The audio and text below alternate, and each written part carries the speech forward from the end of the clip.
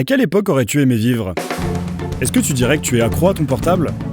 Selon toi, quel film n'aurait pas dû avoir de suite ? Qu'est-ce qui te fait le plus douter ? À ton sens, quel programme télé n'existe pas mais devrait être créé ? Si tu pouvais être incollable sur un sujet, lequel choisirais-tu ? Aléatoire, c'est le podcast qui laisse le choix au hasard et où personne ne sait quelle sera la prochaine question. Dans chaque épisode, j'échange avec une personnalité, qu'elle soit artiste, sportif, humoriste ou un congénère podcasteur, en lui posant 20 questions piochées au hasard. Je suis Jacques et vous écoutez Aléatoire.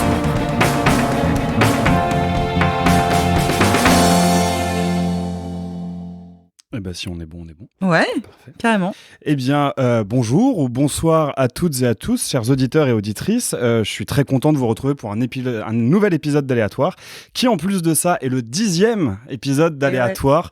Donc c'était un de mes premiers objectifs, donc vraiment je suis très très très heureux. D'ailleurs, à ce sujet, j'aurai une annonce à vous faire en fin d'épisode.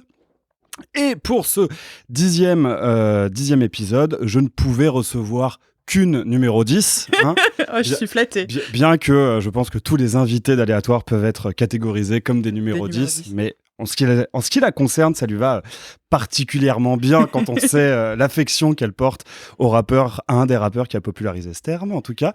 Maureen Lepers, bonsoir. Bonsoir. Très contente de te recevoir. On se connaît depuis un certain temps via la radio. Encore une invitée liée à la radio. Meilleur bastion. C'est ça, exactement. Meilleur bastion de personnes qui ont des choses à dire. D'islamo-gauchistes un peu énervés. Et de personnes qui ont des choses à dire derrière le micro. Donc, à la radio, tu as été dans tu as été et tu as créé différentes émissions. Ouais. Tu as eu Le Placard, qui a été l'émission LGBT de Radio Campus Paris. Exactement, où j'étais là. Pendant 3-4 ans, c'est ça à peu près ? Ouais, mais alors nous, la bande avec qui j'ai fait Le Placard, on n'a pas été là pendant 3-4 ans. Ça a été un peu moins long. Et après, il y a une autre équipe qui a pris l'émission. D'accord. Et donc, j'étais dans la team originelle. Maintenant, c'est le lobby. Oui, c'est le lobby, oui, c'est ça. Ouais. Oui. Ils avaient changé de nom et tout. C'est... Pardon. Tu as aussi eu un format court qui s'appelait Itzal sur les plaisirs coupables en musique des sur gens. Les chansons de la honte et le rapport qu'on a... Le rapport ou le rappeur ? Le rapport qu'on a aux chansons de la honte, en général. Et c'était un format que j'aimais bien. J'aurais bien aimé que ça continue plus longtemps, mais life happens des fois. Life goes on. Et c'était vraiment cool de faire parler les gens d'eux à travers les musiques un peu cachées de leur playlist Spotify. C'était vraiment stylé. Et d'ailleurs, si vous voulez savoir quel est mon morceau de la honte, vous pouvez retrouver l'épisode. Il est toujours en ligne. Il est toujours en ligne. Je pense que c'est pas super simple de retrouver, mais on peut retrouver. Ouais, non, mais même Itzal est sur Spotify même. Itzal est sur Spotify. Alors, vous pouvez retrouver mon morceau honteux juste après l'écoute de cet épisode d'Aléatoire. Et avant Itzal, t'avais Je zappe et je mate, donc sur les représentations à la dans télé. La télé-réalité, Là, je travaille sur les enjeux socioculturels de la télé-réalité. Donc, qu'est-ce que la télé-réalité quel sexisme, par exemple, produit la télé-réalité ? Quel type de représentation raciste on peut trouver ? Pourquoi, The Voice, comment, etc. Voilà.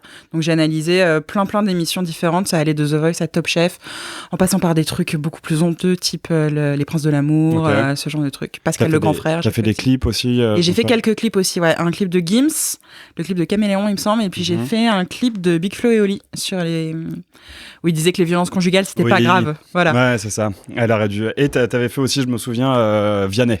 Ouais, exactement. C'était un des premiers, sur 6 mois aimez-toi. Et, c'est ça, le racisme un peu intégré de ses paroles. Exactement, ouais. Alors, à côté de ça, t'es surtout docteur en cinéma. Surtout, je sais pas, mais je suis docteur. Je sais pas si ça sert pas à grand chose dans la vie. Par rapport au fait que je sais pas faire de massage cardiaque, ce genre de truc.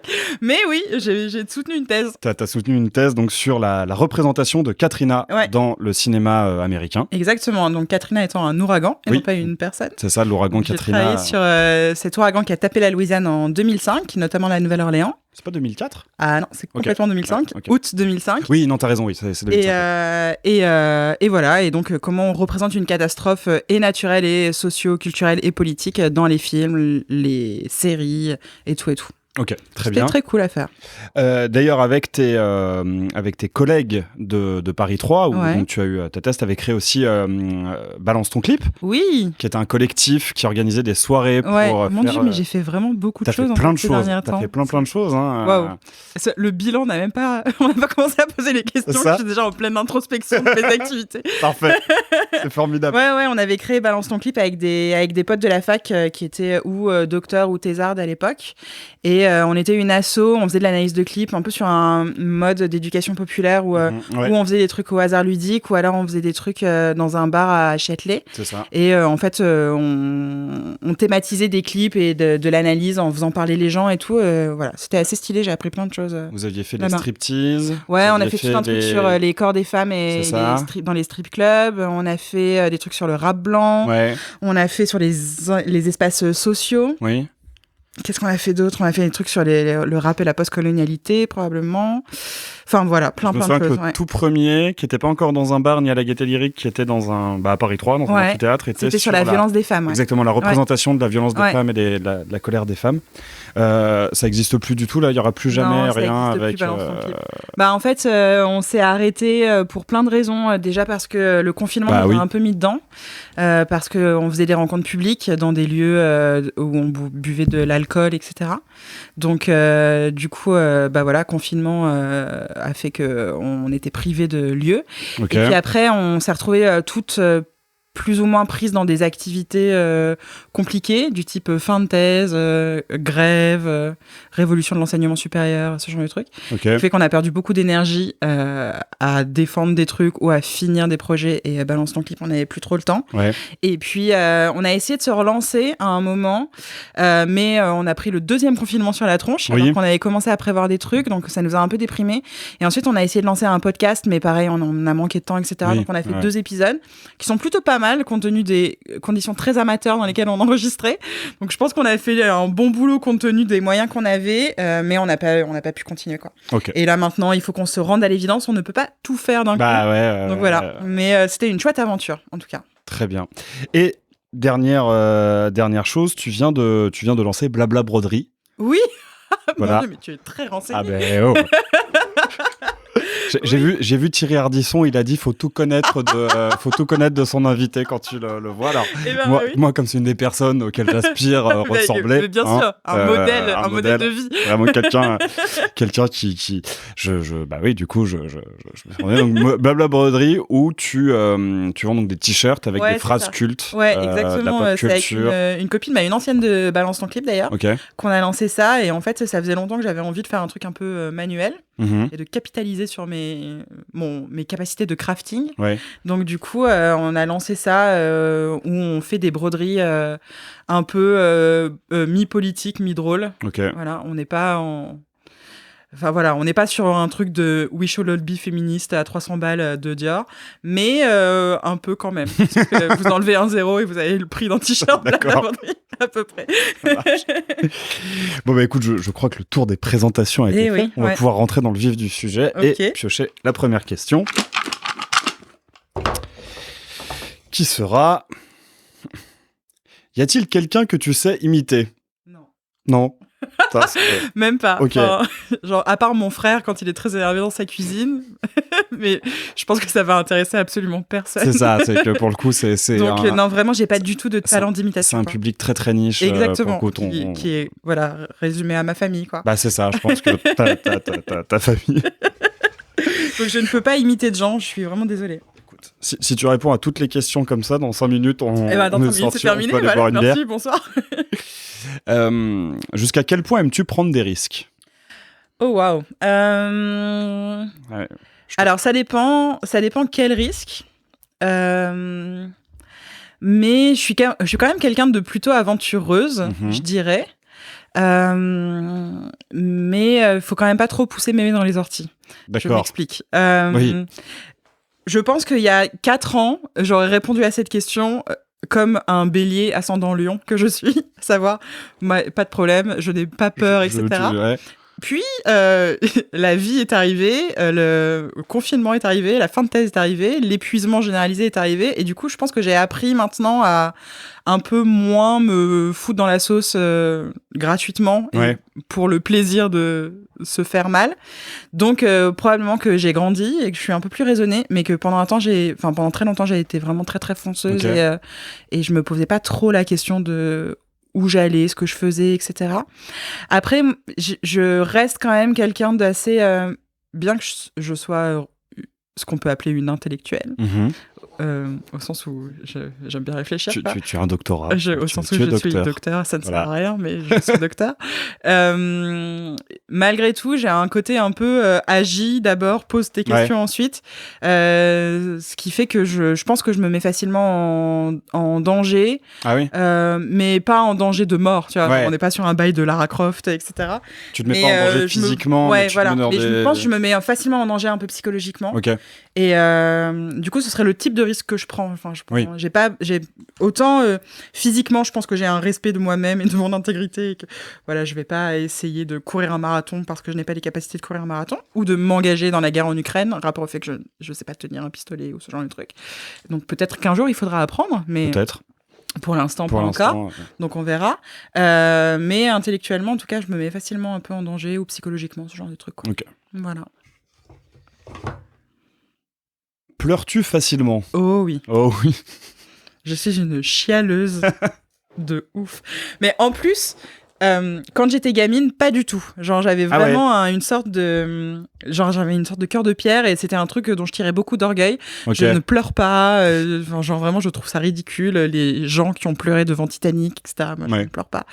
Et je sais pas ce qui s'est passé. La puberté, probablement. Oui. Et, les hormones en général, mais maintenant je chiale devant tout, d'accord. Mais genre, je chiale, mais moi je chiale dans Les Princes de l'amour, tu vois, il y a pas j'ai pas un truc, je vois que c'est de la merde, je vais pleurer quand même, enfin effectivement non, j'ai une capacité à verser des larmes gratuitement qui est assez effrayante. Et moi-même, ça me gêne un peu, tu vois. Je comprends, oui.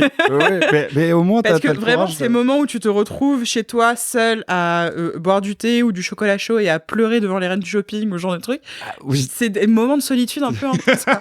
Tu te dis, je vais pas pouvoir le partager avec tout le monde. Déjà, je ne peux pas en parler parce que c'est la honte. Et en plus, qu'est-ce que ça dit de moi, quoi ? Cette capacité à me mettre à pleurer parce que cette personne n'a pas trouvé les bonnes chaussures. Parce que Christina Cordula est pas contente. Alors, pas parce qu'elle est pas contente, mais voilà, la fille est un peu émue, par exemple, bim, je me mets à chialer. D'accord, c'est un peu gênant. Putain, mais toi, les vidéos émotions sur les chiens qui ont retrouvé leur maître sur Facebook, exactement, ça doit être... Je ne pleure pas là-dessus. Je ne les regarde pas d'ailleurs. Oui, c'est ça. J'évite. C'est parce que... voilà, je garde un peu mon énergie pour faut pas se déshydrater non plus, quoi. On va éviter. Dans 40 ans, qu'est-ce qui te ferait dire que tu as réussi ta vie ? Alors attends, je fais un rapide calcul de l'âge que j'ai maintenant. Donc j'aurai 73 ans dans 40 ans. Si j'aimerais bien dans 40 ans avoir une carrière littéraire, ce serait vraiment bien. Ok. Genre avoir écrit des livres de fiction qui ont compté pour les gens, ce serait vraiment stylé. Ok. Parce que donc en plus de tout ce qu'on a dit sur toi en introduction, tu écris aussi. Ouais. Bah, c'est même mon projet A en ce moment depuis que la thèse est terminée. En fait, c'est un truc. Enfin, j'écris moi depuis que très longtemps. Comme tous les gens qui écrivent, j'écris depuis mes 8 ans et demi. J'écrivais pas des trucs. Moi aussi, bien j'ai vu des interviews de rappeurs sur Click. Je sais qu'ils mentent. Ou on peut écrire depuis tes 8 ans et demi, c'est très bien, mais ne me montre pas ce que tu écris, c'est de la merde. Voilà. Donc, mais bon, ça fait longtemps que je veux écrire de la fiction de façon un peu sérieuse et professionnelle. Et juste. À la fois, j'avais pas l'impression que c'était vraiment possible, que ça me semblait être un truc un peu réservé à une sorte d'élite ou de gens élus, quoi. Et puis en plus, après, finalement, toute cette envie-là d'écriture, elle s'est un peu déplacée. C'est devenu la thèse, les publications scientifiques, etc. Ça a été un apprentissage de ouf parce que ça apprend ce que c'est que un texte, comment on construit un texte, comment on produit un texte, etc. Comment on écrit vite et tout. Comment on se documente aussi. Donc, ça a été vraiment une vraie bonne école. Mais maintenant, c'est des compétences que j'aimerais mettre à profit de ce qui m'a toujours le plus intéressé, en fait. Sur de la fiction. Et donc, du coup, là, c'est en cours. Bon, j'ai 2 romans en cours. Ok, dont un qui peut-être va se concrétiser. Donc, ce serait vraiment stylé. Mais ouais, dans 30-40 ans, j'aimerais bien que ça ait pu devenir mon métier, quoi. Ok, d'accord. Et t'écris dans quel genre, s'il y a un genre Alors là, j'ai commencé... Le truc, mon projet AA, qui est mon projet de cœur et tout ça, c'est un roman de SF. Ok. Qui s'appelle Take On Me. Non, pas du tout. Je sais pas, comme c'est le projet AA... C'est une très bonne vanne, mais il ne s'appelle pas Take On Me. Il n'a pas de titre encore pour l'instant. Oui, puis bon. Et c'est plus ou moins une réécriture de conte, mais pas un mode trop débile. Ok. Au départ, j'ai répondu à un appel à projet que j'ai trouvé sur Internet, qui c'était censé être un truc un peu nul et un peu court. Et en fait, je me suis prise au jeu et maintenant, c'est devenu un truc très sérieux. Donc ça, c'est mon projet un peu A. C'est un truc de SF post-apocalyptique. Avec un peu de fantaisie, quoi. Et puis et mon projet B, qui est un projet là plus de commande, en tout cas qui pourrait devenir un projet de commande, c'est un projet jeunesse et jeunesse young adulte, quoi. Et c'est c'est l'histoire d'une candidate de télé-réalité. Et donc son apprentissage d'elle-même et des relations amoureuses, en fait, à travers ces dispositifs de télé-réalité là, quoi. Donc c'est peut-être le truc qui va me lancer, donc c'est à la fois très excitant et un peu effrayant. Espérons-le. Mais c'est stylé, voilà. Très bien. Oh putain, c'est parfait. Cette question est parfaite pour toi. Ah bon ? D'habitude, en plus, c'est une question qui est déjà beaucoup sortie, donc d'habitude, ça peut m'arriver d'en écarter quand je trouve qu'elles sont trop sorties récemment. Mais celle-ci, pour toi, quel programme télé n'existe pas mais devrait être créé selon toi ? Ah ! Oh waouh ! Plusieurs trucs. Déjà, moi, j'aimerais bien une espèce de télé-réalité avec que des rappeurs français, ce serait vraiment trop bien. Genre une espèce de... Tu veux qu'ils se tapent dessus ? de Jersey Shore, ou un truc un peu genre Nouvelle Star avec un jury, ce serait trop stylé. Ce serait vraiment très marrant. Après... Je crois qu'il y a un truc en préparation sur Netflix, un peu comme ça. Ouais, c'est fort possible. Ouais. Parce que c'est tellement étonnant que ça n'ait pas été fait encore. Mais après, ce serait vraiment cool aussi de les avoir dans une villa qui se clash, etc. Un peu en mode marseillais, tu vois. Ce serait vraiment, vraiment très, très drôle. Enfin, j'aimerais bien voir un peu les alliances qui se créent et... bref. Mais bon, ça, c'est public de niche, tu vois. Oui. Genre, moi, ça me ferait rire, mais je suis pas sûre que TF1 achèterait ça.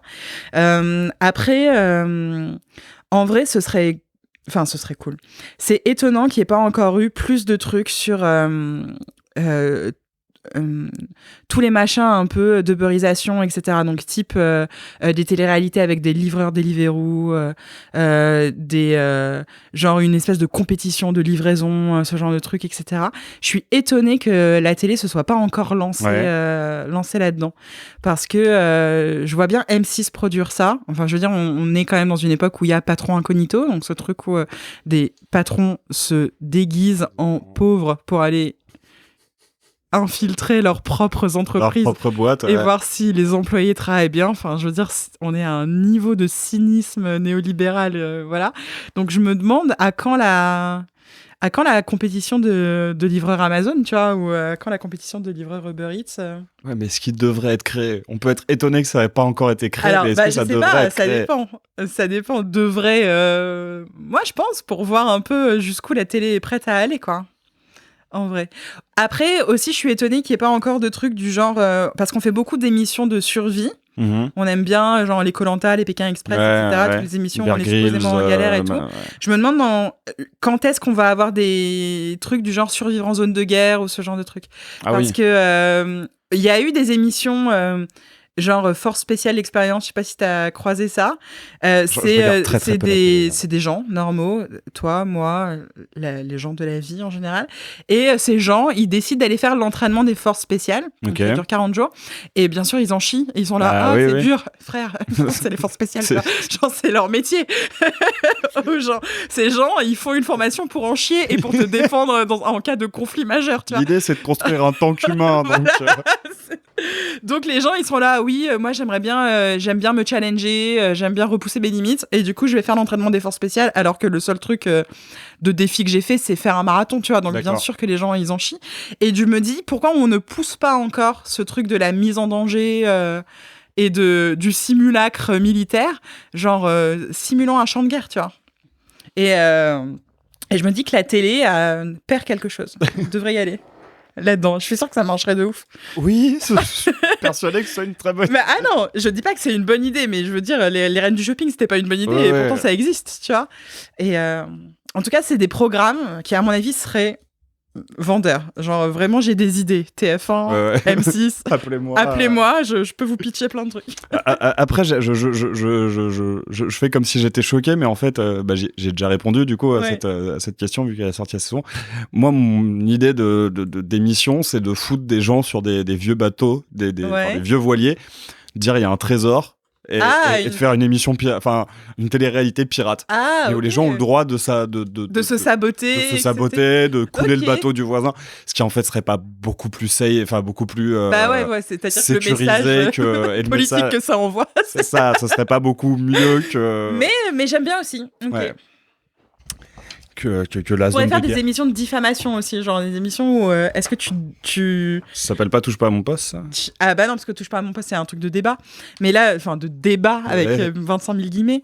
Mais non, on pourrait faire une émission sur est-ce que je dénonce mes voisins, du genre mes voisins, je sais que par exemple ils font du bruit après telle heure, du coup est-ce que je les dénonce ou pas, ou ce genre de truc. Ça marcherait de ouf aussi sur TF1, ça marcherait trop. Ça rappellerait des heures un peu sombres, je pense. Mais bien sûr, mais on vit dans un monde qui est pas très lumineux. Hein, non, c'est... aimerais-tu savoir quelque chose sur ta vie future? Non. Non. Bah non, parce que j'ai beaucoup vu l'effet papillon avec Ashton Kutcher quand j'étais ado, et du coup je sais que c'est pas super de connaître son futur et tout. Et puis je pense que ce qui nous tient un peu debout, c'est le fait de pas savoir. Et on a envie de découvrir qui on va être et où on va aller, etc. Donc peut-être que savoir, ça gâcherait un peu le plaisir. Mais toi, t'aimerais bien savoir un truc sur ton futur, pour le coup? Non, je pense pas. Non. Ça me ferait trop peur en plus. En plus, je suis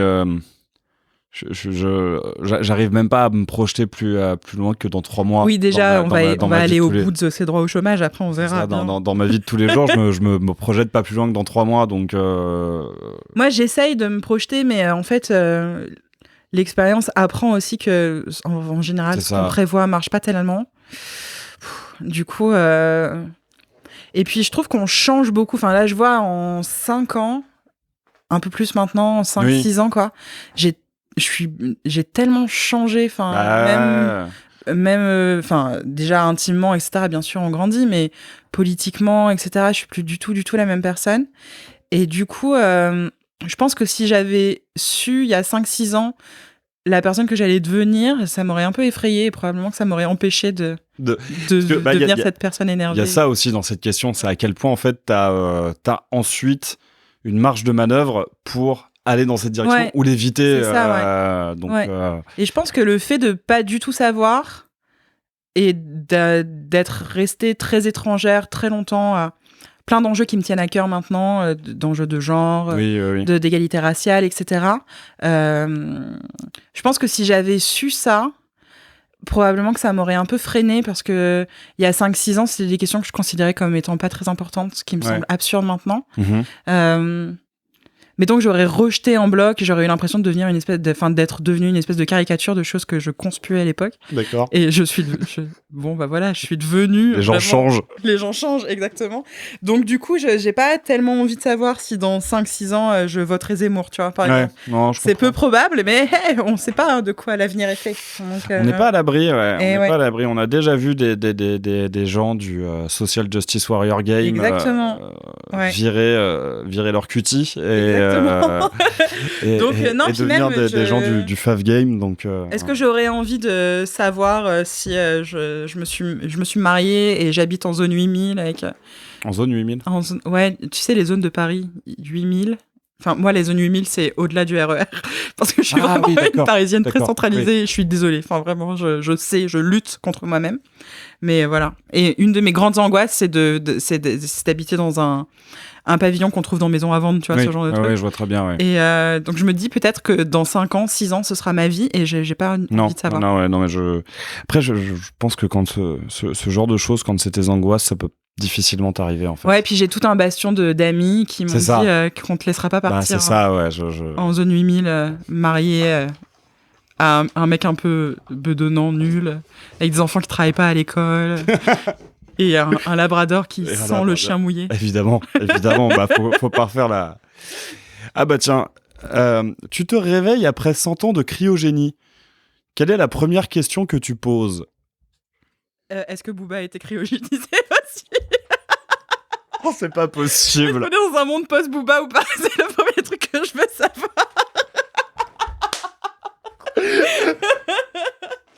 Non, quand même. Probablement que ça me traverserait l'esprit, mais est-ce que j'en sais rien. Est-ce que tout le monde est encore vivant ? Est-ce que la Terre a explosé ? Est-ce qu'il y a encore des humains sur cette Terre ? Est-ce que Poutine est décédé, par exemple ? C'est une question en ce moment qu'on se pose beaucoup. Dans 100 ans, il y a des chances, sauf s'il est cryogénisé. Bah ouais. Enfin, je veux dire, si moi, dans 100 ans, je suis encore vivante, Poutine probablement aussi. Hein. Tu te réveilles de cryogénie. Oui. Ouais, mais si tu as eu accès à la technologie qui permet de te cryogéniser, c'est que Poutine l'a depuis 15 ans. Voilà. Au moins, Obama. Ouais, est-ce qu'il y a encore des frontières dans le monde ? Quelles sont ces frontières d'ailleurs ? Est-ce qu'on s'est replié ou est-ce qu'on s'est ouvert ? Est-ce que je peux avoir un verre d'eau ? Probablement j'aurais soif. Ce serait un peu vertigineux, hein. Je pense que. Je pense que peut-être que même j'aurais pas de questions du tout, je serais juste un peu choquée. Oui. Et mais quand même, est-ce que Booba est vivant ? Ça m'intéresserait quand même. Ce serait important. Parce que si Poutine a eu cette technologie, est-ce que Booba l'a eu ? Est-ce que Booba l'a eu ? Exactement. Parce que Booba là, il veut partir dans l'espace et tout ça. Ah oui ? Donc, bah oui, bien sûr. Je n'avais pas vu. Non, mais il fait n'importe quoi. Donc, à un moment, il va vouloir aller dans l'espace. Ça veut dire que si on peut se cryogéniser, probablement que ça va l'intéresser aussi. Très bien. Ouais. Non, mais... Pourquoi toi, tu voudrais pas savoir si Booba il est toujours vivant ? C'est pas la première chose à laquelle je penserais. Enfin, je l'aime. Enfin, aujourd'hui, j'ai du mal à dire que je l'aime beaucoup quand même, parce que je trouve qu'il a un peu trop dérapé. Mais non, je pense que je demanderais... en fait, déjà, je demanderais est-ce qu'on a réussi à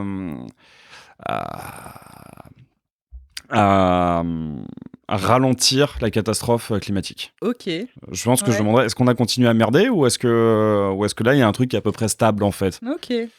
Ah oui, toi, t'es tout de suite sur les vrais gros enjeux, quoi.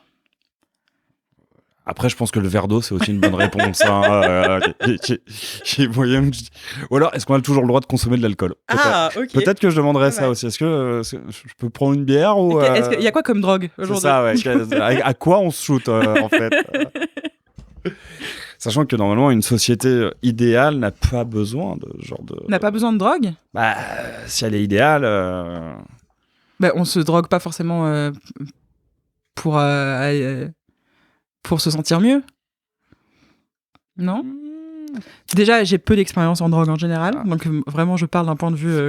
moi non plus, mais enfin, on appelle ça quand même les paradis artificiels, donc si tu vis dans un paradis... Mais... Ah, je sais pas. Faut voir. Le paradis est très angoissant, et moi, je pense que dans une société idéale, il y a de la drogue. C'est pour ça qu'elle est idéale, d'ailleurs. Genre, c'est pas un palliatif, c'est juste... c'est un truc que tu peux prendre pour kiffer. Ouais. Bah écoute, on verra quand la société sera idéale.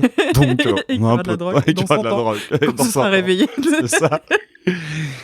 Si tu pouvais avoir le rôle principal d'un biopic, qui aimerais-tu incarner ? Oh, waouh. Tu as jamais pensé à ça ? Non. Le rôle principal d'un biopic... Alors, attends. C'est une question intéressante.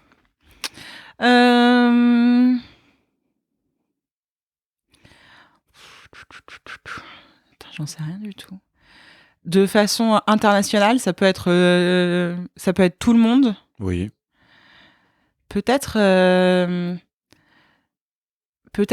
une autrice de science-fiction qui s'appelle Ursula K. Le Guin. Et qui est une autrice que j'adore et qui était aussi une intellectuelle incroyable. Elle a écrit des choses vraiment sublimes. Elle a écrit notamment un truc qui s'appelle Terre-Mère, c'est sa saga la plus connue. Et puis aussi, en fait, elle a beaucoup travaillé sur... elle a aussi écrit un truc qui s'appelle La main droite de la nuit, qui est un roman féministe où les gens peuvent changer de genre.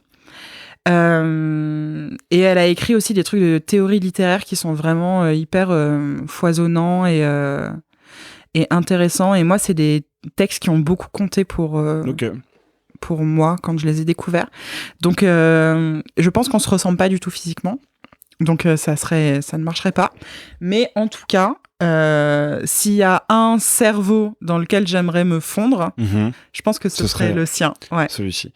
Et si en étant la question aux personnages de fiction aussi, est-ce qu'il y en a que tu aimerais incarner ? Ah, un personnage de fiction que j'aimerais incarner ? Ouais. C'est pas dans la question, c'est moi qui viens de... Ce serait une héroïne de James Ellroy, qui s'appelle Kay Lake. Au départ, c'est une des protagonistes du Dahlia Noir. Et en fait, Ellroy, c'est mon auteur préféré. Et là, il vient de ressortir, enfin, il est en train d'écrire une nouvelle trilogie, un nouveau quatuor de bouquins qui racontent l'histoire de la police de Los Angeles, mais au moment de la Seconde Guerre mondiale, donc un peu avant le Dahlia Noir, etc. Et Kay Lake, qui était un personnage vraiment secondaire du Dahlia Noir, devient un personnage principal dans cette trilogie-là. Et en fait, c'est un personnage de cinglé, de ouf. Elle est trop trop bien. Dans le Dahlia Noir, on a l'impression que c'est une meuf un peu naïve, etc. C'est un peu cet archétype de la fille qu'on va sauver, enfin que le hardball détective va sauver et tout. Et en fait, dans la trilogie qui est en cours là, c'est une espèce d'infiltré communiste. Elle est brillante d'intelligence, etc. Et en même temps, c'est un personnage très ambigu. Enfin, elle est incroyable. Ok, d'accord. Voilà. Donc j'ai une passion pour cette meuf. J'ai jamais lu de James Ellroy. Faudrait que je... Et il faut un jour, si t'as envie. Faudrait que je... je pense qu'en plus, ça pourrait bien me plaire, parce qu'en général, j'aime bien... Te connaissant, je pense, J'aime quand même beaucoup la littérature américaine. Et notamment dans les trucs récemment que j'ai pu lire qui m'ont le plus marqué, il y a Pimp de Iceberg Slim. Je vois, American Desperado. Donc l'histoire du cocaine cowboy, donc le mec... voilà. Et puis après, je suis aussi très fan de Bukowski et de ce genre de choses. Donc je pense que je pense que James Ellroy Après il y a le podcast c'est pas sur James Ellroy, il faut me couper parce que vraiment je pourrais parler de ça pendant longtemps, mais il y a vraiment deux James Ellroy et moi celui que je préfère c'est celui à partir de American Tabloid, etc. Donc c'est vraiment c'est moins le James Ellroy des enquêtes policières pures et c'est plus le James Ellroy de l'histoire américaine et de cette espèce de contre-histoire un peu scandaleuse des États-Unis. Pareil, je pense que ça me plairait bien. Et stylistiquement c'est pas du tout le même en plus. Donc franchement ça marche. Je pense que je t'enverrai un message pour que tu me fasses un petit top. Avec un grand plaisir. Parce que, pareil, je sais pas si t'as lu Hollywood Babylon. De Kenneth Anger et tout ça. Je l'ai pas lu en entier, mais j'en ai lu des extraits. C'est un bouquin dont on parle beaucoup en licence de cinéma en général, parce que c'est un peu sulfureux, Hollywood sulfureux et tout. Puis il y a tous les scandales autour des acteurs et tout.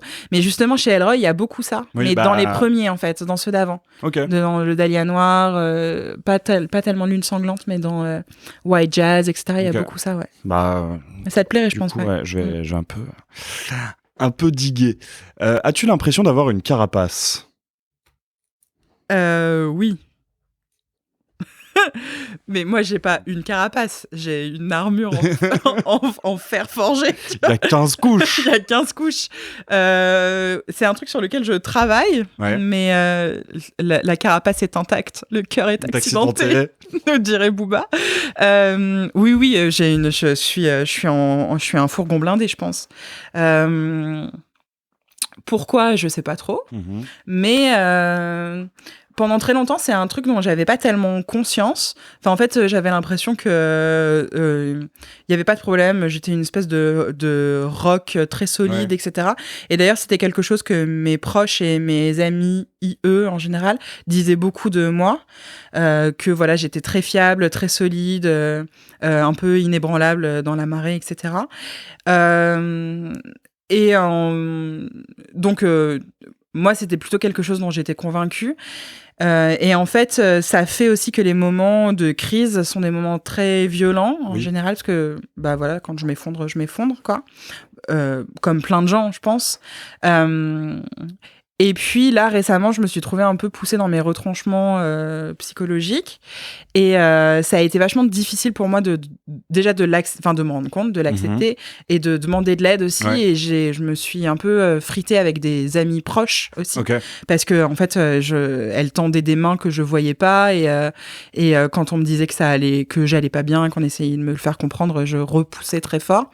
Donc ça a été parfois un peu violent pour elles, je pense. Mais donc, oui, je suis surblindée. Maintenant, ça va un peu mieux, je pense.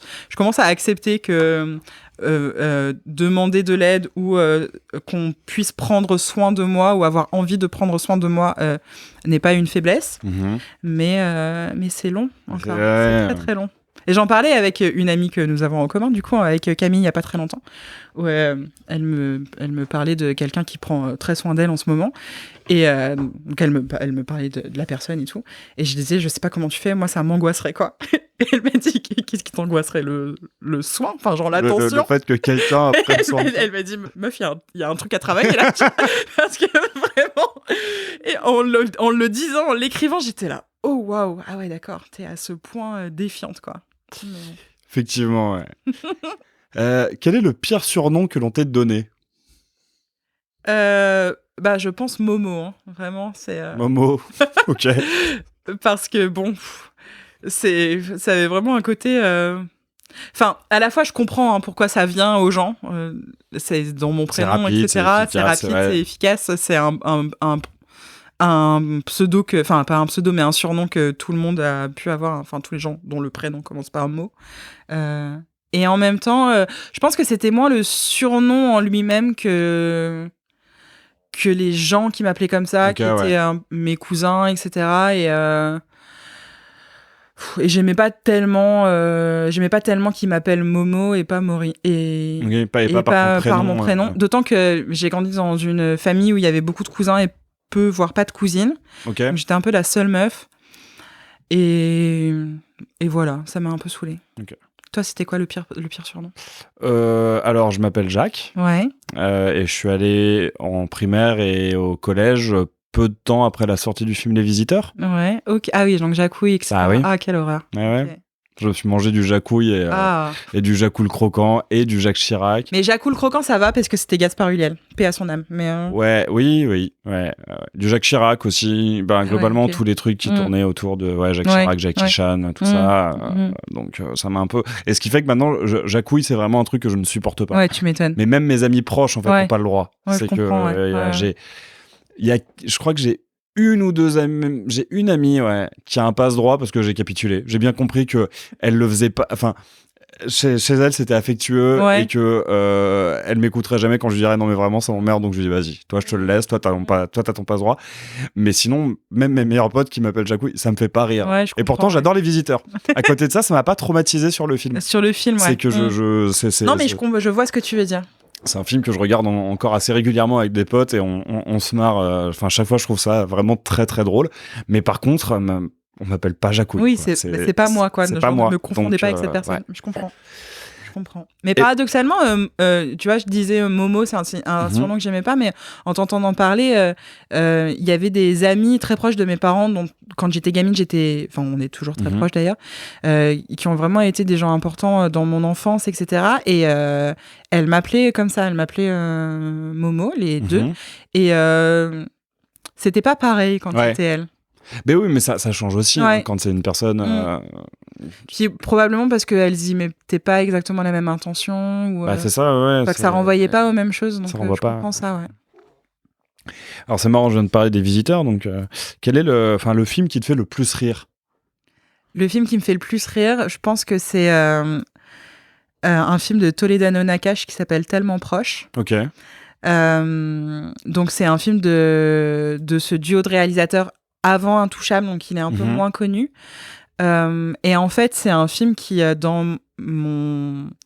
qui a une histoire un peu particulière dans ma famille parce que c'est un film qu'on a découvert avec mon frère dont je suis très très proche au moment où on partait tous les deux faire nos études supérieures. Donc on quittait le bastion, la maison familiale, etc. Et c'était un peu un déchirement pour tout le monde.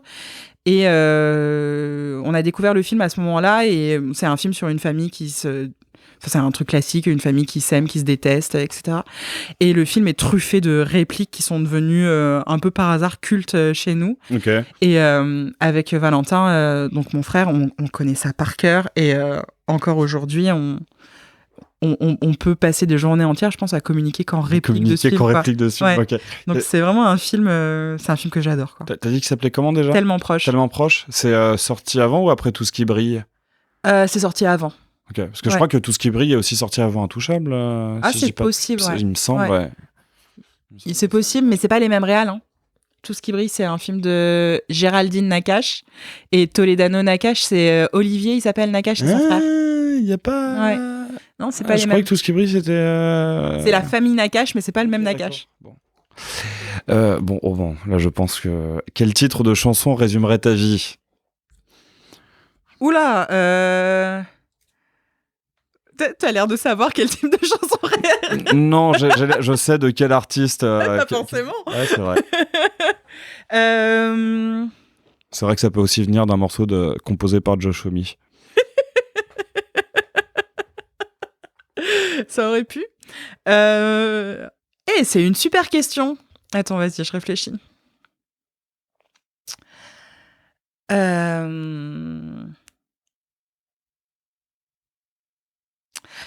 J'ai pas un titre, mais il y a une chanson d'Higelin. Donc on est très loin de Booba. Effectivement. Dans laquelle il y a une phrase que j'aime beaucoup et c'est je comprends pas ce qu'on me reproche, ni qui je suis, ni ce que je fous là. Et c'est une phrase que j'adore, qui me touche beaucoup. Un titre de chanson. Faudra qu'on retrouve le titre du morceau, du coup. C'est Le berceau de la vie, le titre du morceau. Le berceau de la vie. Ouais.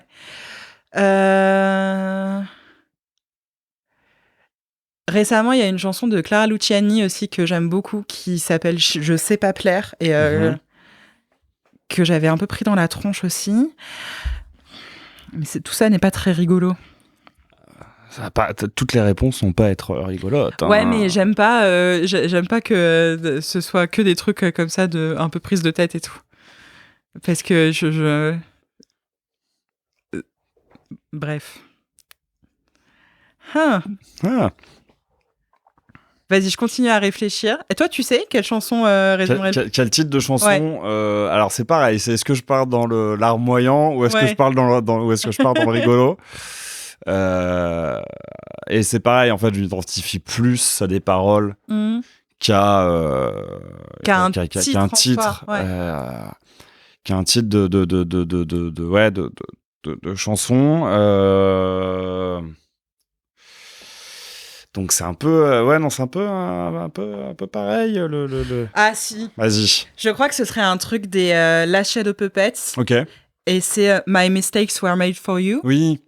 J'aime bien cette phrase et je pense que ça va assez bien avec à la fois mon rapport à la vie qui a un rapport d'altruisme un peu total et de générosité très franche et en même temps on fait toujours beaucoup d'erreurs et j'aime beaucoup ça.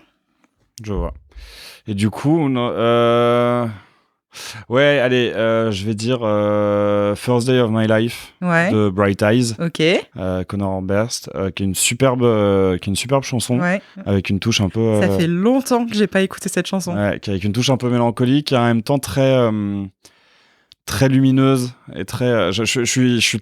C'est pas forcément ce que j'écoute le plus, mais je suis très fan de toute cette scène un peu folk indie américaine et notamment des deux. de Elliott Smith et Conor Oberst et Bright Eyes. Et autant je trouve que, j'adore Elliott Smith, mais je trouve qu'il y a des moments, c'est vraiment trop. Ça plombe, gros. Grand. Je sais pas trop. Faut une petite harmonie qui va te permettre de. Alors, ça reste assez lumineux, mais c'est quand même. Ouais, il y a des trucs qui sont assez. Alors que je trouve que Bright Eyes, il y a toujours cette petite lumière quelque part. Donc ouais, je vais partir sur First Day of My Life de Bright Eyes. As-tu un talent que tu es embarrassé d'avoir?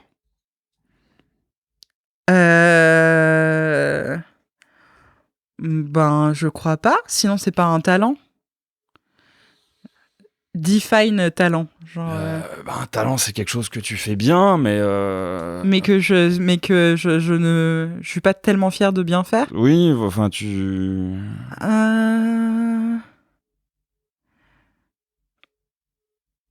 Bah, c'est-à-dire que je suis assez forte pour faire des problématiques et des plans. Ok. Et j'en tire pas spécialement d'orgueil. Enfin, c'est-à-dire que sortie du cadre de l'université, c'est pas très utile dans la vie, quoi. Mais ça me permet de donner des cours particuliers à des élèves. D'ailleurs, si vous avez des enfants qui passent le bac, je serais ravie de les aider à s'améliorer en dissertation de philo. Mais ouais, enfin, en fait, je pense que je fais très bien ce genre de truc d'exercice académique, très scolaire, etc. Je sais très bien faire ce qu'on attend que je fasse à un instant T, et avoir des bonnes notes à l'école, etc. Est-ce que ça m'embarrasse de ça? Je sais pas si ça m'embarrasse, mais en tout cas, ça a été beaucoup d'énergie dépensée pour pas grand-chose, en fait. C'est surtout ça. Je vois, ouais. Cette maîtrise-là, j'ai un peu de mal à voir. Alors, après, c'est débile, parce que bien sûr que c'est utile pour plein de choses dans la vie, mais je me dis tout ça pour ça, quoi. Ouais. C'est toutes ces années. C'est un peu ça. J'ai même plus ce qu'il faut foutre dans une dissertation au bac, moi. Genre incapable de... Arguments, exemples et références. Donc, par exemple, le bonheur ne libère pas. Okay. Selon la thèse de machin, et tu t'expliques la thèse et après tu donnes un exemple. D'accord. Et ben c'est comme ça qu'on construit un paragraphe. D'accord, très bien. Mais tu vois, savoir ça sert à rien. Sorti de l'éducation nationale, ça ne sert à rien. Bah écoute, est-ce que ça peut pas servir à écrire des... Ah si, de ouf, voilà, tu vois. Complètement. Non mais ça sert à construire des podcasts pour Radio Campus Paris. Oui. Enfin, c'est parce que j'ai appris à faire ça que ensuite après c'est des bases pour penser correctement. Et quand je dis correctement, c'est méthodologiquement correctement, pas bien penser ou mal penser, mais en tout cas penser pour avoir des résultats et pour formuler des idées. Donc oui, c'est utile pour le cerveau, pour écrire, construire du texte, construire de la pensée, c'est très très utile. Mais concrètement dans la vie, dans la vie de tous les jours, ce genre de truc, t'es un peu là, bon. Moi, je trouve qu'un talent qui te permet de construire de la pensée, quand même, c'est formidable. Ouais, peut-être. Quelle chose immature aimes-tu bien faire? Aimes-tu bien faire au sens j'aime bien faire bien ça ou j'aime faire ça? J'aime faire ça. Ah Quelle chose immature aimes-tu faire? Bah, regarder la télé. Après, c'est vrai que si ton programme, c'est les princes de l'amour et les reines du shopping, ça peut être considéré par certains comme... J'adore passer ma journée devant de la télé-réalité de merde, quoi. Okay. C'est vraiment ma passion. Et puis sinon, j'aime bien me coucher très tard. Ouais. Et me réveiller à 15h, par exemple. Ok. Ce qui est un rythme de vie plutôt adolescent. Mais moi, je dirais artistique. Je sais pas, parce que je suis pas... Enfin, oui. En tout cas, c'est un rythme de vie de personne qui n'a pas d'enfant et pas de travail fixe. C'est ça. Donc, un rythme adolescent, plutôt, de personne qui n'a pas grandi dans le modèle capitaliste qu'est le nôtre. Bah, c'est ça, oui. Justement, il faut déconstruire peu. Mais ouais, me coucher très, très tard... de préférence en faisant des trucs qui servent à rien. Bien sûr. Du type me coucher à 5h30 du matin pour lire en entier une fanfiction sur Big Flo et Oli. C'est des trucs que j'ai déjà fait et je suis pas sûre que ce soit preuve d'une grande maturité. Effectivement. Disons que ça indique une façon d'organiser ses priorités. Voilà. Que certains. Et je voulais savoir si la meuf, elle allait coucher ou pas avec, je sais plus lequel des deux frères d'ailleurs. Bon, ça devait être Rolly. Peut-être. Franchement, je sais plus. Et bien sûr, je voulais savoir ce qu'ils allaient faire, ce qu'ils allaient faire. Bien sûr. Et c'était très décevant. Mais j'ai l'impression que les fanfictions, les scènes de cul de fanfiction sont souvent très très décevantes. Ah ouais. En vrai. Alors ça dépend ce que tu cherches. Si tu cherches, si tu veux un truc vraiment efficace, masturbatoire à 30 ans quand t'as compris des choses sur ta sexualité, non. Oui. Mais si tu veux un aperçu de ce qu'est la sexualité pour les très jeunes ados qui écrivent ça, à ce moment-là, c'est vraiment très très drôle. Moi, j'ai le souvenir d'une fanfiction des One Direction. Honnêtement, c'était pas un roman, c'était une nouvelle. Et vraiment, c'était délicieux à quel point ça n'avait aucun sens. Enfin, logistiquement, ce qui se passait, c'était pas possible. La meuf se faisait pilonner, la pauvre. Ça devait pas être bien du tout. Et en plus, elle se faisait pilonner en hurlant le nom du mec à chaque coup de rein. Et du coup, ça faisait une scène. J'étais là, what? Mais comment tu peux penser ça et te dire, ça doit être kiffant. Ouais. Et je me dis, c'est déprimant parce que je ne sais pas avec qui cette personne a appris là à se représenter ce que c'était que coucher avec quelqu'un, mais c'est pas ça, Choupette. Et j'espère que depuis, ça va mieux dans sa vie, même dans ses fantasmes sexuels. Quoi. On l'embrasse si elle écoute. Si elle écoute podcast. Si elle écoute. Si tu te reconnais. C'est une fanfiction en français ou Ouais, c'était en français. Bon, bah écoute, il y a des chances. Ouais, peut-être, on sait pas. Hein. Ouais. J'espère vraiment que ça va mieux maintenant. Quoi. Si tu nous écoutes. Ok. Donc tu vois, mais ouais. Les fanfictions, ça mène à tout. Tu sais qu'il existe des fanfictions de Patrick Fiori ? Non, mais ça, je suis pas surpris. Patrick Fiori, il y a des fanfictions. Kinvey, il y a des fanfictions. Oui. Le seul gars dont j'ai pas trouvé de fanfiction, c'est Denis Brognard. Ah. Et ouais. On a cherché avec Camille, on s'est dit que du coup, on allait peut-être en écrire. Mais c'est surprenant, je pensais que... Pas de fanfiction de Denis Brognard. Alors que, franchement, une fanfiction érotique de Denis Brognard sur le tournage de Koh-Lanta... C'est ça, il y a un potentiel fantasme érotique bien sûr. qui est assez... mais ça n'existe pas, c'est à faire, il y a un boulevard. Mais je crois qu'il y a même, je sais pas, il me semble que j'avais vu quelque part, je l'avais pas lu, mais j'avais vu qu'il y avait une fanfiction entre Alain Souchon et Laurent Voulzy, justement. Mais non. Donc, faut que je cherche ça. Il me semble. Je dis peut-être des bêtises. Ouais, il y a moyen que ça existe. Il y a moyen. Ouais. Et en même temps, s'il n'y a pas Denis Brognard, je suis très surpris. C'est vrai il faut le faire, il faut l'écrire. Pour le coup, je suis très surpris. Un reproche que l'on te fait souvent. Un reproche que l'on me fait souvent, que je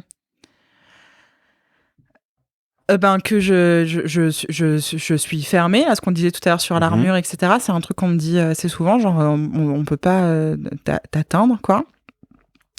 Et on me reproche souvent aussi de vouloir comment dire, de vouloir un peu sauver les gens. J'ai un côté un peu Saint-Bernard. Okay, ouais. Et ce qui fait que je prends les problèmes des gens un peu à bras-le-corps et un peu personnellement et tout. Et du coup, ça peut être un peu envahissant, je pense. Ou ça a un côté meuf qui se mêle de ce qui la regarde pas, d'une certaine façon. Je pense que c'est un reproche qu'on peut me faire assez facilement. On peut aussi facilement me reprocher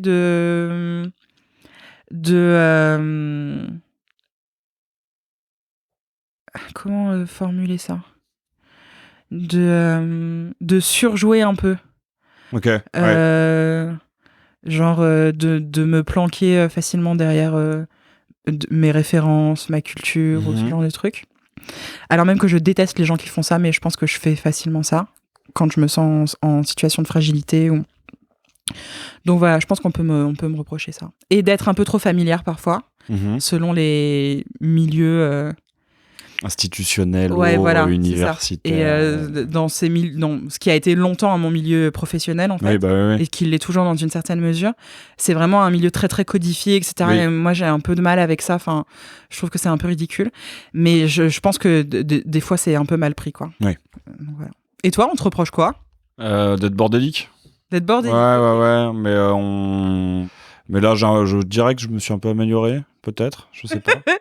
J'ai arrêté de laisser mes vestes sur les chaises et maintenant je les mets sur un porte-manteau. Sur un porte-manteau. Enfin, c'est voilà. Mais si on est à ce niveau de bordel, de laisser sa veste sur une chaise, c'est pas très grave. Hein. Oui, non, on n'est pas. Mais c'est ça, ce qu'on me fait quand même le plus souvent. Non, peut-être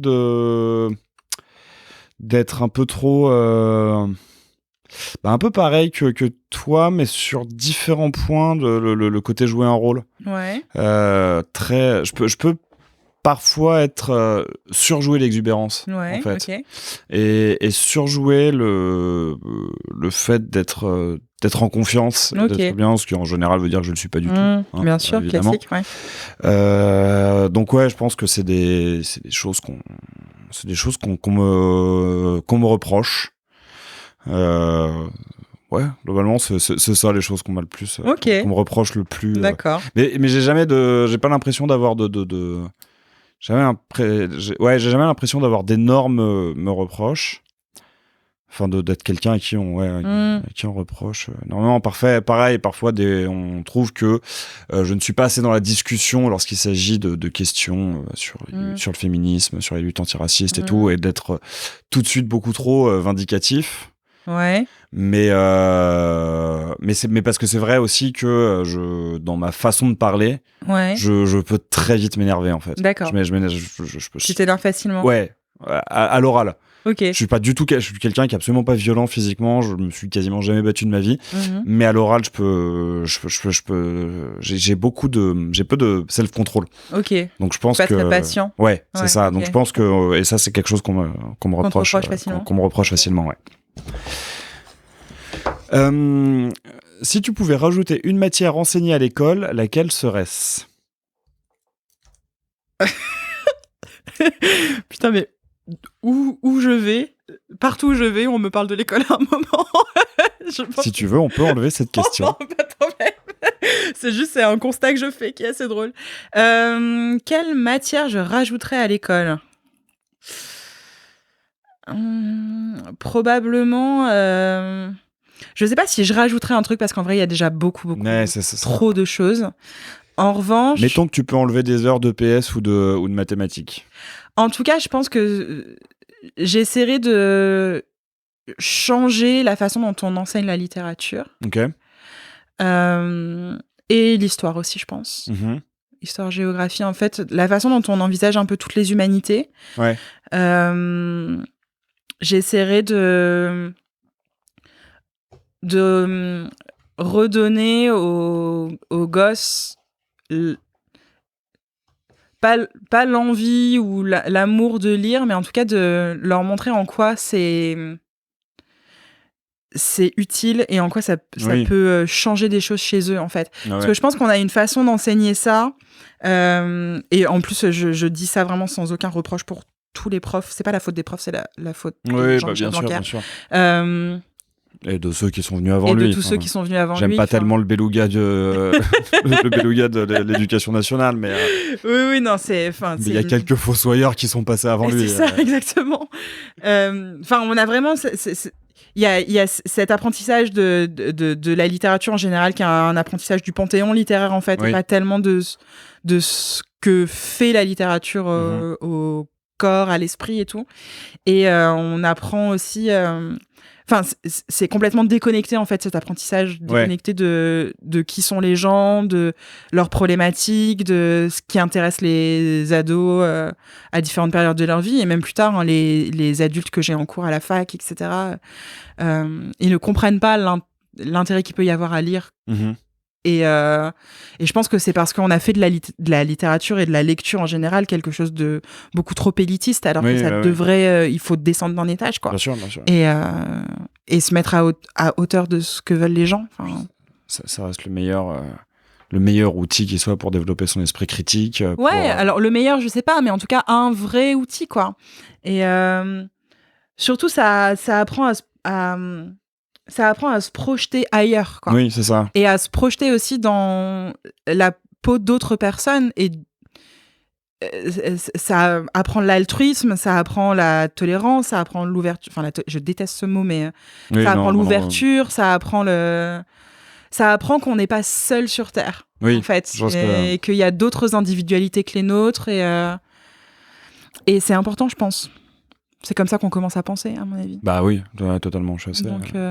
Donc pas une nouvelle matière, mais en tout cas changer un peu le regard sur une nouvelle façon de ce serait vraiment cool d'aborder la littérature à l'école. Quelle est la chose la plus bizarre que tu aies mangée par politesse?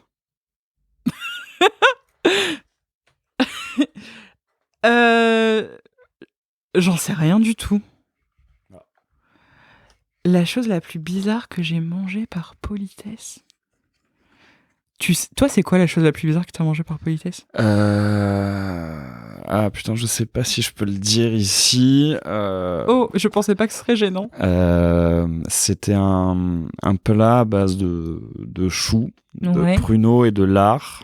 Sauf que la recette avait pas été très bien réussie. Et vraiment, c'était dégueulasse. Ouais, moi j'avais vraiment eu du mal à terminer l'assiette. À terminer l'assiette. Donc ouais, je crois que c'est ça le truc. Mais c'est plus parce que c'était malheureusement raté, ce qui arrive en cuisine, que parce que c'était bizarre. C'est ça. Genre tu t'es pas retrouvé à manger des yeux, quelque chose. Et après j'ai mangé des trucs bizarres, mais c'était pas par politesse. C'était plus par. C'était complètement consenti. C'était ça. Non, mais j'ai déjà tapé des Oreos au Roquefort à un retour de Hellfest. Ah oui, mais bien sûr. Mais c'était un retour de Hellfest. Mais c'est parce que c'était un retour de Hellfest. Voilà. Donc, ouais, non, j'ai rien bouffé de. Ouais, c'est bon. Enfin, quand t'es en retour de Hellfest, ça passe. Hein. En vrai, quand on est à ce point de comment dire, de marche arrière dans ton humanité, que t'en es à pouvoir oublier ce que c'est qu'un vrai repas, les Oreos Roquefort, c'est goûtu. Ça excite les papilles. C'est un petit goût de reviens-y. Franchement, je sais pas répondre à cette question. Je pensais pas que je sécherais sur une question comme ça. Oui, parce que c'est pas ce qu'il y a de plus personnel, de plus intime. Mais j'ai vraiment pas trop d'idées. Ça arrive. Ouais, non, franchement, Joker sur celle-ci, très bien. Alors, c'est l'antépénultième question déjà. Si tu pouvais hacker l'ordinateur d'une personne connue, de qui serait-ce? Probablement l'ordinateur de genre de gens un peu beaucoup puissants. Ouais. Genre ou des politiciens ou des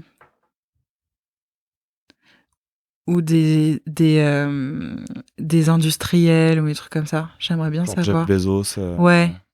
Ça m'intéresserait assez de savoir ce qu'il y a sur son ordinateur et dans son historique internet. Mais après, je me demande, est-ce que ces gens-là ont des ordinateurs? Est-ce que ces gens-là n'ont pas des gens payés pour avoir un ordinateur pour eux? Je sais pas. Peut-être. Mais du coup, je pourrais fouiller dans les ordinateurs des gens qui sont payés pour avoir des ordinateurs. Oui. Ce serait étonnant qu'ils aient pas d'ordinateur, non? Après, je sais pas, parce que la dernière fois, j'ai vu un reportage à la télé. C'était sur les enfants, la scolarisation des enfants des ingénieurs qui bossent chez Google et tout ça. Dans Silicon Valley. Ouais.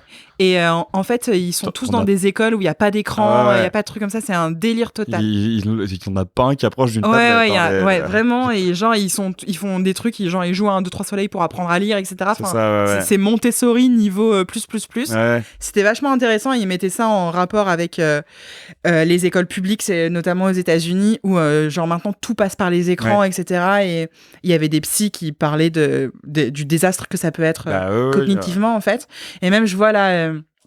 j'interviens un peu dans des classes de 6e, 4e, etc. pour parler, enfin en collège quoi, pour parler de cinéma et un programme de film avec les profs et tout. Mm-hmm. Et genre toutes les salles sont équipées d'ordinateurs, tout se fait sur écran quoi. Ouais. Et enfin en tout cas il y a possibilité de tout faire sur écran.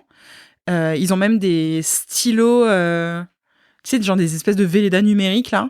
Mm-hmm. Et je sais pas trop quoi faire de cette donnée quoi. Ouais. Je suis un peu Et du coup, je me demande à partir de quel âge ils commencent à ne prendre leurs notes que sur ordi et tout, parce que mes étudiants, ils sont très peu à écrire à la main, en fait.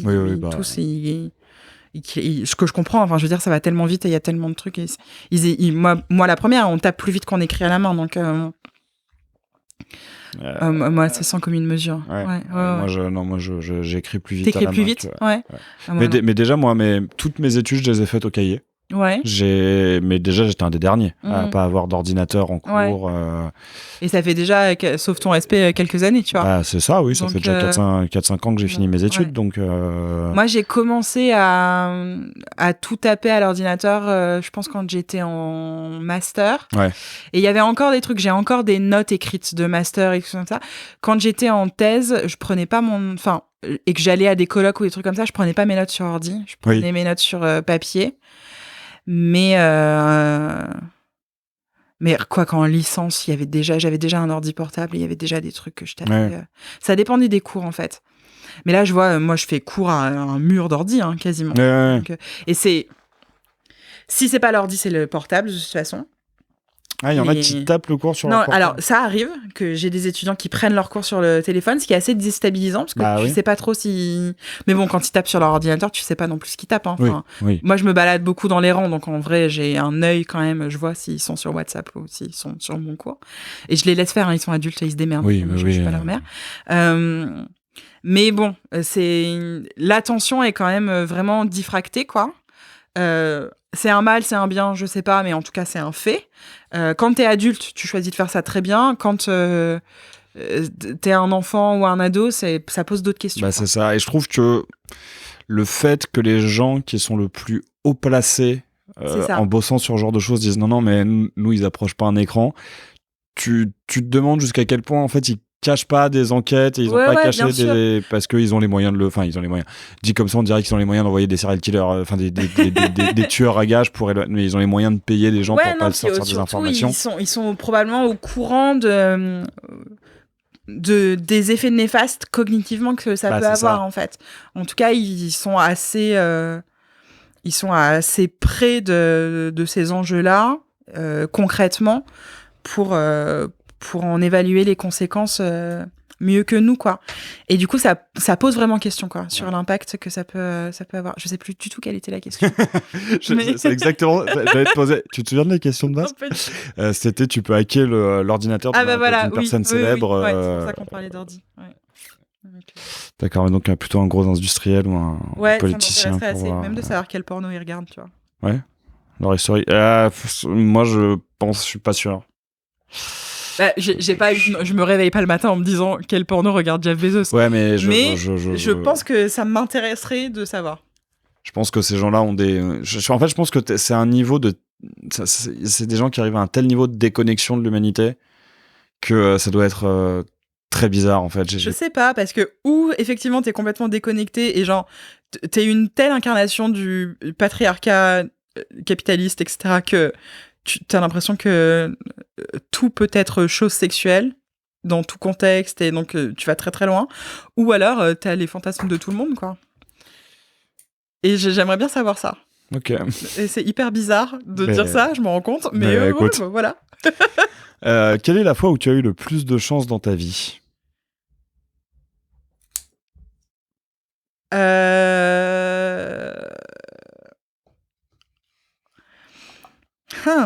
Il y a plusieurs choses qui me viennent à l'esprit. Une fois, avec une copine, on a eu vraiment beaucoup de chance. On partait en concert, on allait voir les Eagles of Death Metal à Bruxelles. Okay. Et en fait, on est sorti du métro et on a croisé Jesse Hughes, parce qu'on n'était pas loin de la salle. Et du coup, on lui a couru après et on lui a parlé et tout ça. C'était vraiment une chance de ouf. Il y a aussi eu la fois où j'ai Il était sympa. Il était trop sympa. Malgré son côté républicain. Non, franchement, il était très cool. Et en plus, on venait d'acheter des vinyles, des Queens of the Stone Age. Okay. Du coup, il était content et tout. Enfin, il a dit que c'était bien. Il y a eu... Et puis après, il y a eu, récemment... en fait, un de mes meilleurs potes de la fac il sort avec une éditrice jeunesse. Et c'est une espèce de concours de circonstances parce que du coup j'ai pu lui faire lire ce que je faisais et c'est comme ça que j'ai pu rencontrer et rentrer en contact avec d'autres gens de ce milieu-là. Et c'est un peu de la chance parce que s'il n'avait pas rencontré cette meuf sur cette appli, tu vois, jamais j'aurais eu cette porte d'entrée. Mais là récemment c'est le truc qui me vient. Ok, ouais, bah, effectivement, ouais. Ouais, c'est un chouette coup de pouce de l'humanité, quoi. Après, on verra ce que j'en fais, mais en tout cas, c'est une porte qui s'est ouverte et j'ai pu mettre le pied dans la porte, quoi. Et donc ça, c'est stylé parce que je pensais vraiment que ça resterait inaccessible toute ma vie. Et la dernière, acceptes-tu facilement les compliments ? Non. Pardon, j'ai rigolé très fort. Allez hop. Au revoir, bonne soirée. Pas du tout, non. Mais ça va avec ce qu'on disait tout à l'heure. Enfin, le fourgon blindé, blabla et tout ça. En fait, moi, je trouve toujours que les compliments sont suspects. Ouais. Et ça me fait toujours un effet très très bizarre. Je complimente beaucoup. Que ce soit mes proches, mes amis, etc. J'ai pas du tout de mal à formuler l'admiration que je peux avoir pour les gens. J'ai une pratique pédagogique qui est aussi basée sur le soutien et la valorisation, etc. Donc, je dis beaucoup à mes étudiants, à mes élèves, c'est super ce que t'as fait, t'es dans la bonne direction, et blablabla, et blablabla. Mais moi, qu'on me complimente, je trouve ça vraiment très, très bizarre. Et j'ai toujours envie de dire non, pas du tout et tout. Et ce qui fait que... on est dans on tombe dans un espèce de truc de surperformance du coup parce que on refuse la reconnaissance et en même temps on la cherche. Ouais. Enfin, c'est un espèce de cercle vicieux absolument horrible et toxique. Donc j'essaye d'avancer là-dessus aussi et surtout parce que je pense que plus ça va, plus je suis entourée de gens en qui j'ai confiance et du coup je fais confiance à leur jugement et j'ai confiance en leurs compliments, etc. Et j'arrive à les accepter. Okay. Mais c'est pas facile pour eux, je pense. Ouais. Et toi, t'acceptes beaucoup facilement les compliments ? Ça dépend lesquels. Ça dépend comment ils sont dits, en fait. Mais j'ai un peu le même problème que toi. En fait, je sais pas répondre aux compliments. Ouais, c'est très juste ça. En fait, quand on fait un compliment, je suis toujours là, genre, ok, qu'est-ce que tu veux que je réponde à ça ? C'est ça. Et moi, je fais merci. Ouais. Et en même temps, merci, c'est trop faible parfois. C'est ça, exactement. Ouais. C'est ça, en fait. Je pense que oui, je les accepte facilement, mais je sais pas y répondre, en fait. Je sais pas. Enfin, je sais pas. C'est là où j'ai une faiblesse, en tout cas, c'est sur le fait de répondre quand on me fait un compliment. Et c'est en même temps, le compliment appelle pas de réponse, tu vois. Enfin, le compliment est gratuit. Bien sûr. Et du coup, on devrait juste être capable de prendre, en fait. C'est ça. Mais c'est hyper déstabilisant. Ouais. Je suis d'accord. Et même les compliments, tu vois, professionnels ou des trucs comme ça, j'ai toujours une espèce de doute et en fait, ça me fait un peu peur parce que c'est comme si à un moment, il y avait pas à prouver quelque chose, alors que moi, j'ai un peu toujours tendance à vouloir prouver que je sais faire, etc. Enfin, donc. Ça veut dire qu'il faut lâcher, en fait. Enfin, le compliment, il faut le prendre juste pour ce qu'il est. Et du coup, je trouve que ça lui donne moins d'importance, tout ça aussi. Donc, c'est vrai, non, c'est... Mais ça va avec ce qu'on disait aussi, tu vois, tout à l'heure sur l'affection, sur le soin, genre... Oui, totalement, ouais. Qui dit compliment dit soin aussi, parce qu'on fait des compliments aux gens dont on veut prendre soin, en général. Bien sûr, ouais. En tout cas, les vrais compliments, pas les compliments qui trahissent de l'envie ou des trucs comme ça. Les vrais compliments sont gratuits, c'est juste de l'amour que t'envoies aux gens, quoi, ou de l'affection, et moi, j'ai vachement de mal à recevoir ça, quoi. Et je me suis rendu compte aussi ça dépend de sur quelle plateforme. Je donne un truc tout bête, je sais pas pourquoi. Quand j'ai lancé le podcast, quand j'ai annoncé le podcast, en fait, j'en ai parlé sur toutes mes plateformes. Donc, Instagram, Twitter, Facebook et LinkedIn. Et j'ai eu plein de messages sur tous. Facebook, Instagram, Twitter, j'étais super content. Ouais. LinkedIn, ça me vénérait. Ah ouais ? LinkedIn, j'étais vénère. C'est vrai? Les gens qui me disaient félicitations, j'étais mais pourquoi? Parce que c'était des gens que tu connaissais? Je pense que ouais, et c'est pour te dire, il y a des gens qui m'ont félicité et sur Facebook et sur LinkedIn. Ouais. Et sur Facebook, j'étais super content de leur message et leur message sur LinkedIn. Ça t'énervait, ouais. Je pense que parce que LinkedIn a une représentation. En fait, on est en représentation professionnelle sur LinkedIn. Et j'en ai pas mal parlé avec ma psy, c'est que je vois pas ce podcast comme un projet professionnel. C'est effectivement, si j'arrive à le développer, si j'arrive à le faire grandir, à ce que ça devient une partie importante de ma vie, c'est cool. Et j'aspire à ça, mais ça sera jamais un projet professionnel. Ouais, quoi. Je vois ce que tu veux dire. Je veux pas que ce soit un truc d'adulte. Je veux pas que ce podcast soit un truc d'adulte. Mais c'est marrant que tu parles de ta psy. Je vais pas du tout parler de ma psy, mais moi j'ai eu des conversations qui ressemblaient un peu à ça avec ma psy aussi sur le travail, notamment on parlait des broderies et de blabla tout à l'heure, etc. Et elle me disait, je disais, ou même de l'écriture. Et je disais, c'est des trucs que j'ai envie de faire, mais j'ai du mal à dire que c'est du travail. Oui. Et elle m'a répondu, pourquoi? Parce qu'il n'y a pas de souffrance. Et ça m'a assise. J'étais là. On va attendre de finir cet enregistrement, mais je crois que je vais te demander le nom de ta psy parce que je crois que c'est pas impossible qu'on ait la même. C'est vrai? Est-ce qu'elle est dans le cité universitaire? Non, bah peut-être que c'est la même école de pensée. Oui, peut-être que c'est. Mais c'était incroyable et genre. Je pense que de tout le travail que j'ai fait avec elle, ça a été l'apport le plus précieux, tu vois. Ouais. Je pense que c'est vraiment un moment qui a débloqué des choses dans mon rapport au travail et tout ça. Et je comprends trop ce truc je veux pas que ce soit un truc professionnel parce que, en fait, t'as envie que ça reste un truc de kiff, quoi. C'est ça. Et on apprend que le truc professionnel, c'est pas de l'envie, c'est pas de... Ouais. Et pourtant,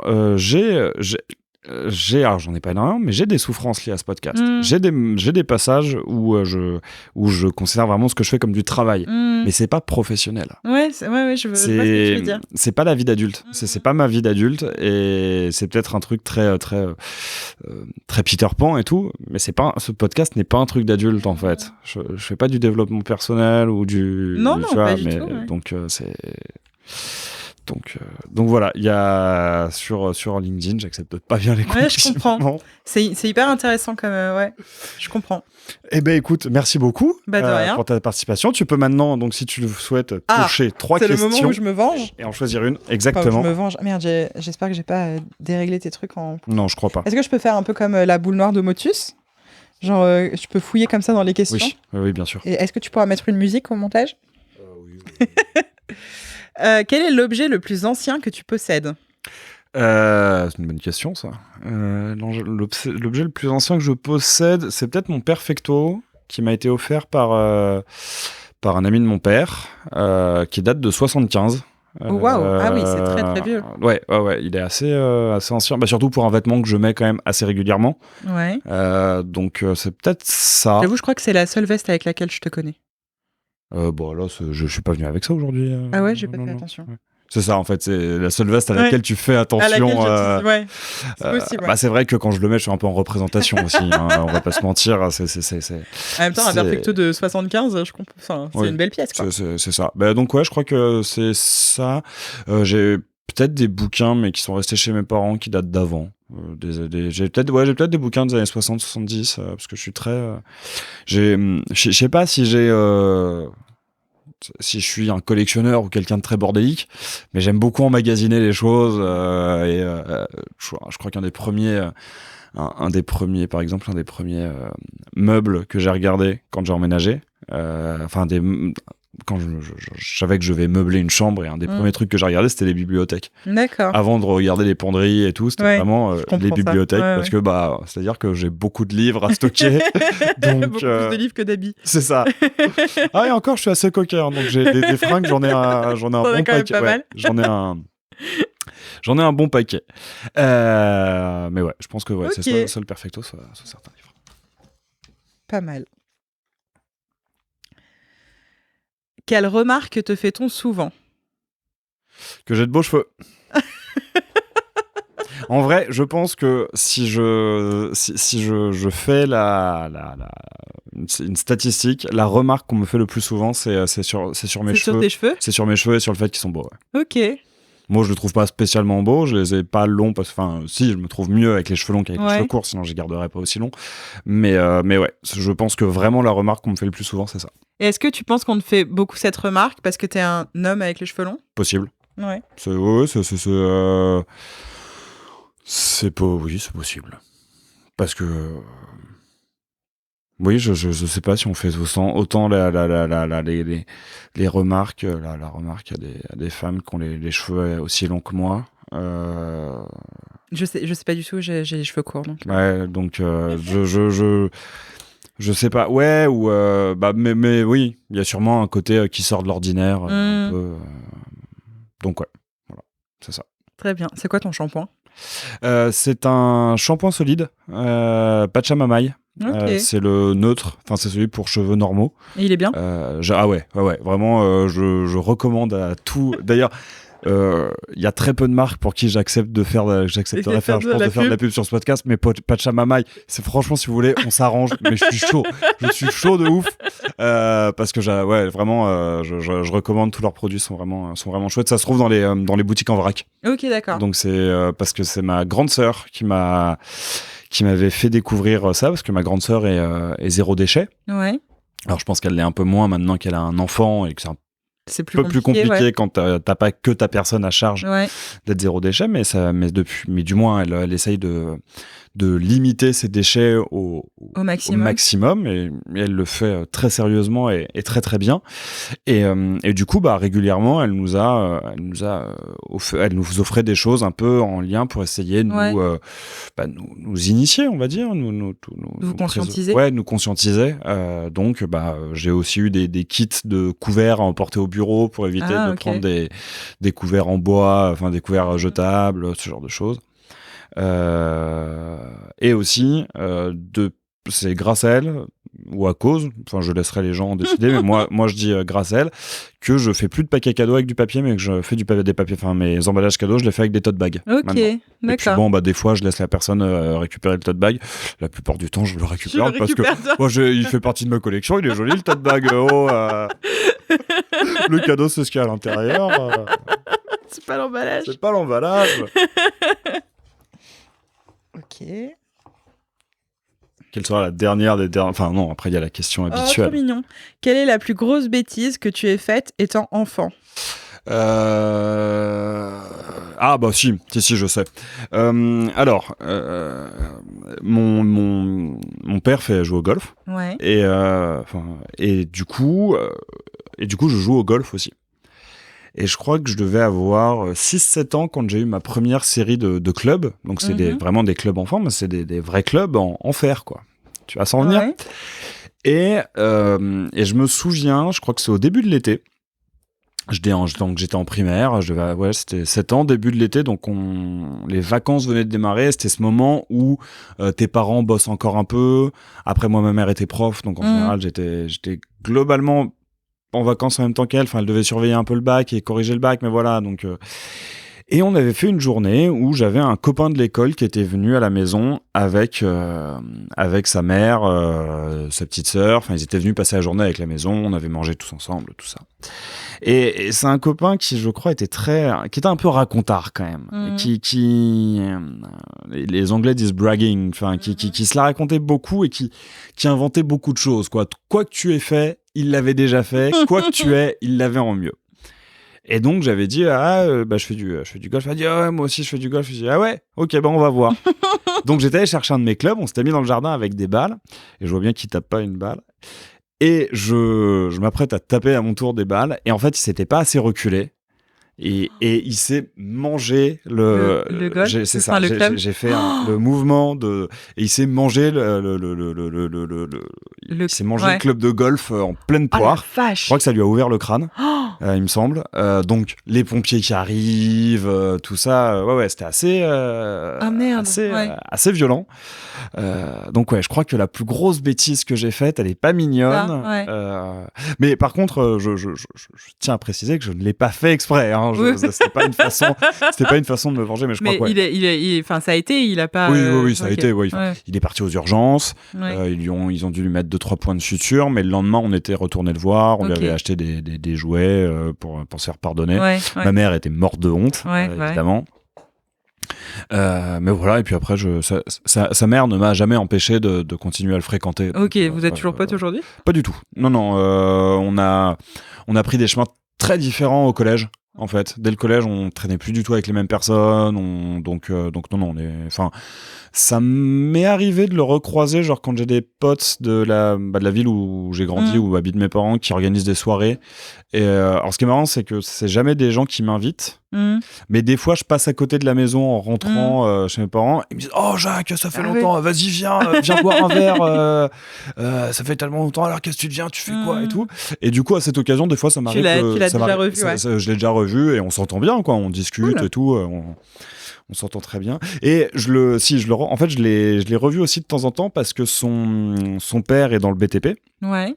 Dans la construction, et vraiment ils habitent à 3-4 rues de chez nous, et à son tour, lui, il a créé son entreprise maintenant je crois il est couvreur, c'est ça. Son père et lui sont couvreurs, et du coup, des fois mes parents ont des travaux à faire sur le toit de la maison, et c'est lui qu'ils appellent. Et donc des fois ça m'arrive de le croiser, il vient Est-ce qu'il joue au golf ? Non. Et toi ? Ça fait longtemps que j'y ai plus joué. Ça doit faire 1 an et demi, 2 ans que j'ai pas joué parce que j'ai plus le temps. Donc je joue surtout en vacances quand je vais voir mes parents en Bretagne, et j'y vais pas non plus assez souvent pour beaucoup y jouer. Après ça me plaît, et j'ai le projet d'enregistrer un épisode avec mon ancien prof de golf. Ah, trop bien. Donc voilà, mais je suis plus un joueur régulier. J'ai même plus de club chez moi, ils sont tous chez mes parents. Mais en tout cas, merci beaucoup de rien. pour ta participation, c'était un plaisir, c'était un très bel épisode. Écoute, je crois que tu es sur le podium des épisodes les plus longs. Mais ça, c'est parce que je parle beaucoup. Mais c'est pas un problème, c'est plutôt l'inverse. Dernière question, est-ce que tu pourrais me dire 2 personnes que tu aimerais entendre dans Aléatoire ?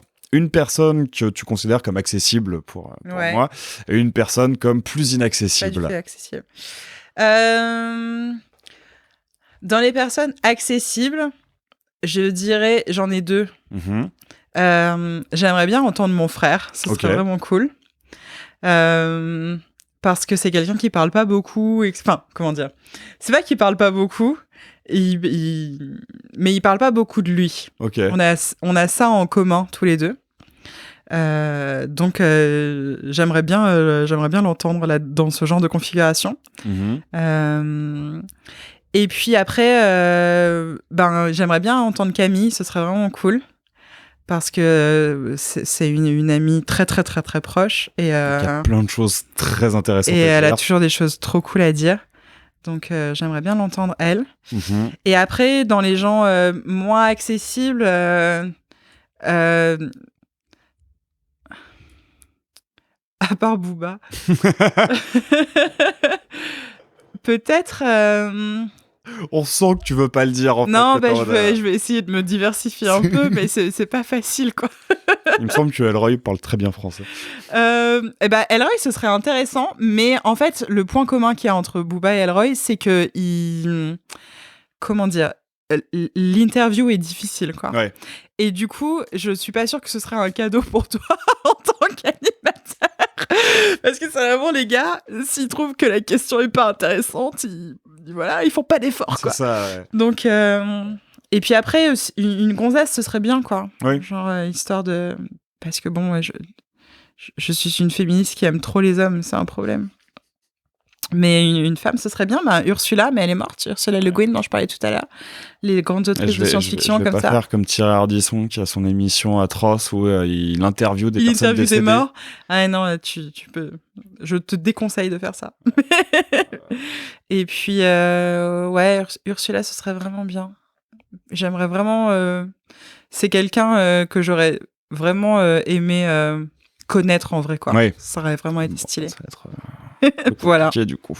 Oui. Et du coup, comme je disais en début d'émission, que j'avais une petite annonce à faire en fin d'épisode, parce que c'est le 10e épisode et c'est le premier objectif que je m'étais fixé. Donc le deuxième objectif que je me fixe, c'est d'avoir ces 10 personnes, donc les 10 personnes que je vais citer dans le podcast à un moment. Et au moment où j'aurai le dernier de ces ou la dernière de ces 10 invités, et il y aura un gros changement dans Aléatoire. J'ai déjà des pistes, j'ai déjà des idées, mais je ne sais pas encore exactement ce que ce sera.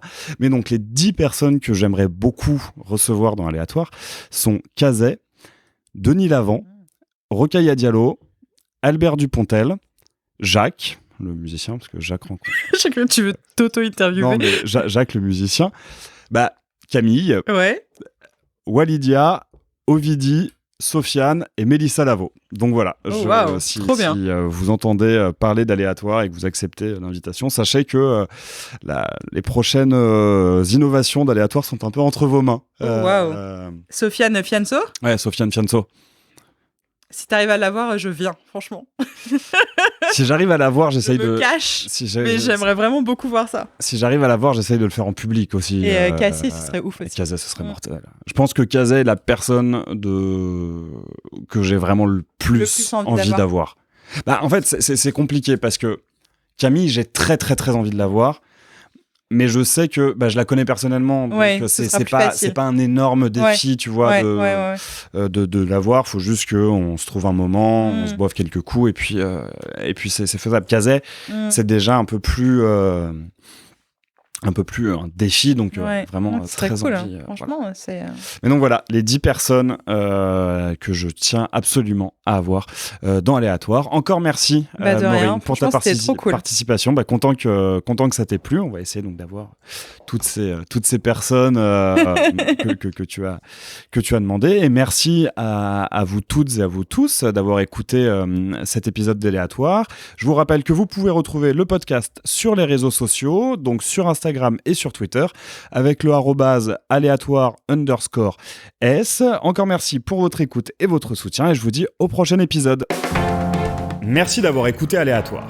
J'espère que cet épisode vous aura au choix ému, fait rire, appris des choses ou les trois en même temps. Si vous voulez soutenir le podcast, vous pouvez en parler autour de vous, le partager sur vos réseaux ou encore lui donner 5 étoiles sur la plateforme d'écoute de votre choix.